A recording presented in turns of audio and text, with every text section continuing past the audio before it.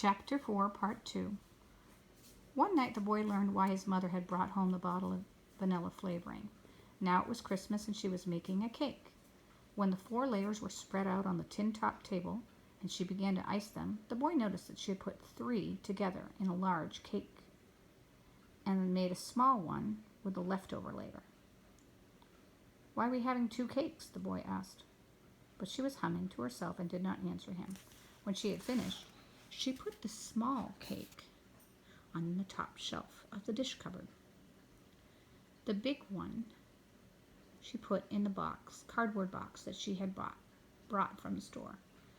The sweet smell of baking and vanilla had drawn the smaller children from the stove to the edge of the table. The woman reached over or walked around them as she worked. "I'm done," she finally said. "You can lick the pans." The boy had not moved from his chair by the stove. Today he had searched the oak clumps along the far fence rows for sounder.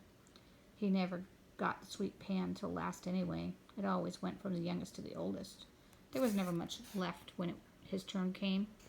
"You're tired and worried poorly," his mother said, and she handed him the icing pan. In the morning, the woman told the boy that she wanted him to walk to town, to the jail behind the courthouse, and to take the cake to his father. "It's a troublesome trip," she said, "but they won't let a woman in the jail, so you must go." She tied a string around the cardboard box and said, "Carry it flat if your hands don't get too cold. Then it'll look mighty pretty when you fetch it to him." She stood at the edge of the porch until he was far enough away not to be able to look back and see her crying, then called to him. "Whatever you do, child, act perkish, and don't grieve your father." On the road, the boy felt afraid.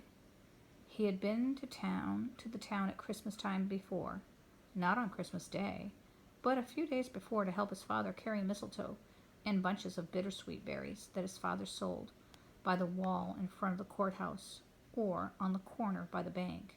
And sometimes, when it was getting late and they still had trimmings to sell, his father would go to the back door of houses along the street and say, "Ma'am, would you need some trimmings?" and hold up the biggest sprig of mistletoe left in his grain sack. They usually sold most of the mistletoe, the boy remembered, but bunches of bittersweet that the boy had carried all day were always left over to be thrown in a fence corner on the way home. "Ain't no good for nothing now," his father would say. From early fall until gathering time, the father and boy kept their eyes peeled for the golden green clumps with the white berries that grew high up in the forks of water elm and sycamore trees. Bittersweet was easy. Pull down one vine and trim it, and you've got as much as a man can carry, his father always said. But it takes a heap of fearful climbing for mistletoe. They had already started gathering, and half a grain sack of mistletoe was hanging against the side of the cabin. If she hadn't had such a big load, she might have taken it, the boy said to himself. The boy's fearful feeling increased as he got nearer to town. There were big houses, and behind the curtained windows there were eyes looking out at him. There would be more people now, and somebody might say, "What you got in that box, boy?" or "Where you going, boy?" Church bells were ringing in the town. It was Christmas, and some people went to church on Christmas. In town, the people he saw were laughing and talking. No one noticed him, and he was glad. He looked at the store windows out of the corner of his eye. They were silvery and gold and green and red and sparkly. They were filled with toys and beautiful things. With the Christmas money for peddling, his father had bought what toys he could for the boy and his little brothers and sisters. They had worn-out toys, too. People in the big houses, where his mother worked, had given them to her to bring home. He always wished they would give his mother an old book. He was sure he could learn to read if he had a book. He could read some of the town signs and the store signs.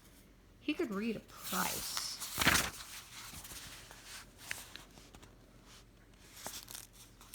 Figures.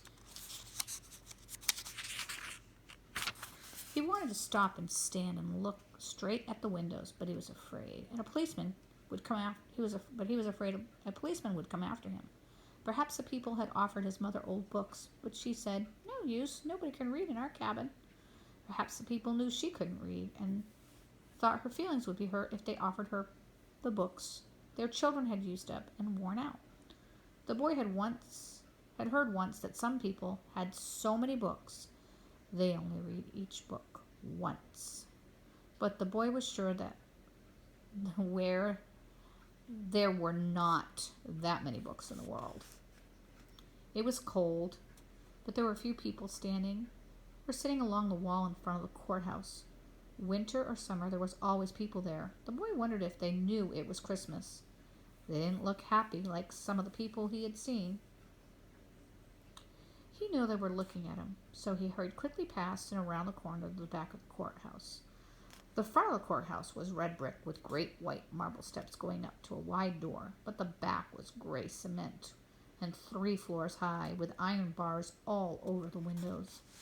The only door that led into the jail had a small square of glass at about the height of a man, and there were iron bars all over the glass. The boy was not tall enough to see through the glass. Here's the picture. The illustration. He clenched the box close to him. He felt that something was about to burst through that door. In the middle of the door there was a great iron knocker. The boy knew he had to knock at the door. He wished he could be back in the great woods. He could hear voices inside the windows with the iron bars. Somewhere a voice was singing, "God's gonna trouble the water." From one of the windows there came a sound of laughter, and then the door slammed with a deep clash of iron on iron. There was a rattle of tin pans. The boy felt very lonely. The town was as lonely as the cabin, he thought. A large, red-faced man opened the door and said, "You'll have to wait. It ain't visiting hours yet. Who do you want to see? You'll have to wait." And he slammed the door before the boy could speak. It was cold on the gray side of the building, so the boy went to the corner near the wall where the people and visitors stood or sat. The sun was shining there. The boy had forgotten it was still Christmas. The waiting seemed so long. A drunk man staggered along the street in front of the courthouse wall, singing "Merry Christmas" to everyone. He said "Merry Christmas" to the boy and smiled at the boy too. Finally, the great clock on the roof of the courthouse struck 12. It frightened the boy because it seemed to shake the town. Now, the red-faced man opened the door and let several people in. Inside, the man lined everybody up and felt their clothes and pockets. He jerked the cardboard box from the boy and tore the top off. The boy could hear iron doors opening and closing. Long hallways with iron bars from floor to ceiling ran from the door to into the dim center of the building. The man with the red face squeezed the cake in his hands and broke it into 4 pieces. "This could have had a steel file or a hacksaw blade in it," he said, and he swore and threw the pieces back in the box. The boy had been very hungry. Now he was not hungry. He was afraid. The man shoved the box into the boy's hands and swore again. Part of the cake fell on the floor. It was only a box of crumbs now. The man swore again and made the boy pick up the crumbs from the floor. The boy hated the man with the red face, with the same total but helpless hatred he had felt when he saw his father chained, when he saw Sounder shot. He had thought how he would like to chain the deputy sheriff behind his own wagon and then scare the horse so that it would run faster than the cruel man could. The deputy would fall and bounce and drag on the frozen road. His fine leather jacket would be torn more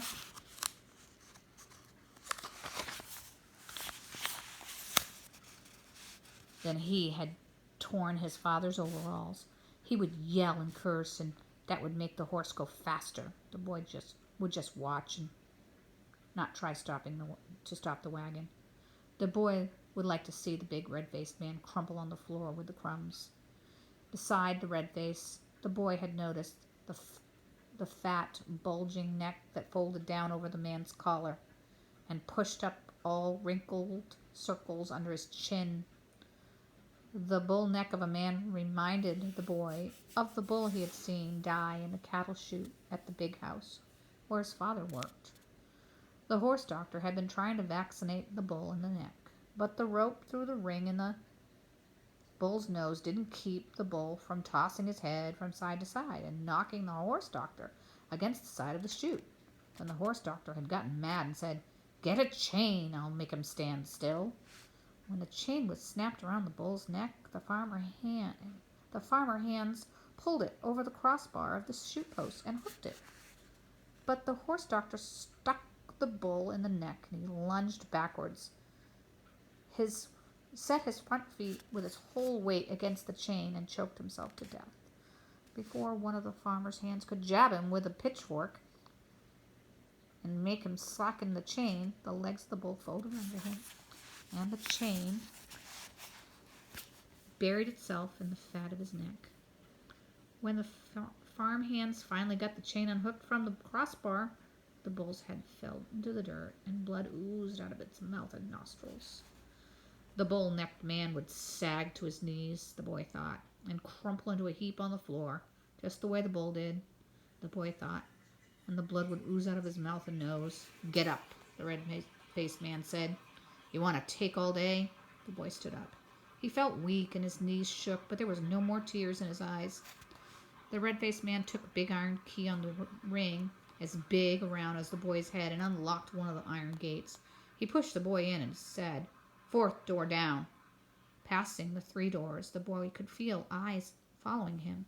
He saw men, some sitting on cots, some standing behind the iron gates with their hands on the bars, looking at him. Each step echoed against the iron ceiling and made him sound like a giant walking. Far down the long iron-gated corridor, a sad voice was singing. Far away on Judah's plains, the shepherd watched their sheep. The boy's father stood with his hands on the bars. He did not have his hands and feet chained.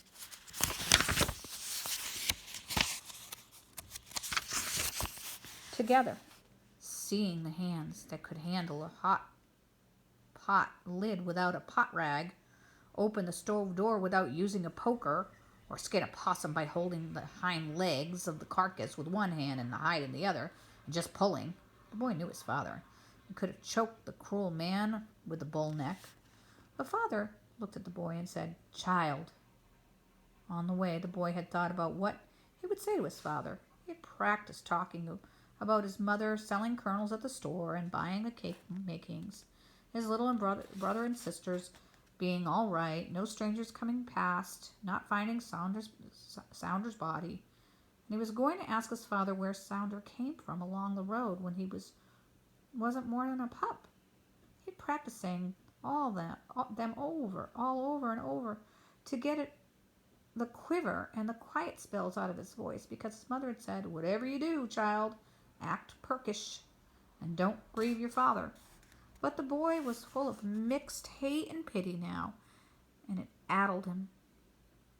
There was an opening in the bars with a flat iron shelf attached on the inside, and the boy had left the lid of the box on the floor.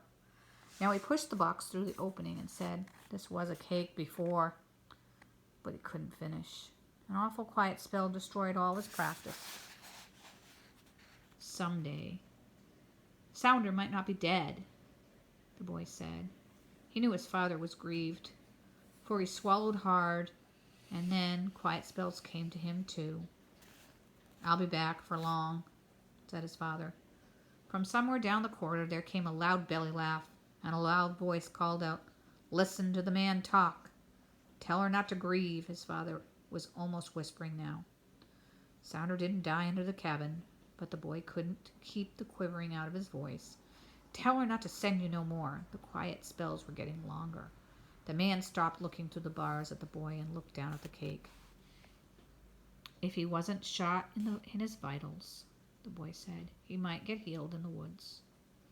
Then there was a long, quiet spell that was split in the middle by a loud clank of the iron door banging shut. "Tell her I'll send word with the visiting preacher." The big red-faced man with the bull neck opened the corridor door and yelled, "Visit an hour. Visiting's over." And the boy felt numb and cold, like he had felt standing outside the jail door. He choked up. He had grieved his father.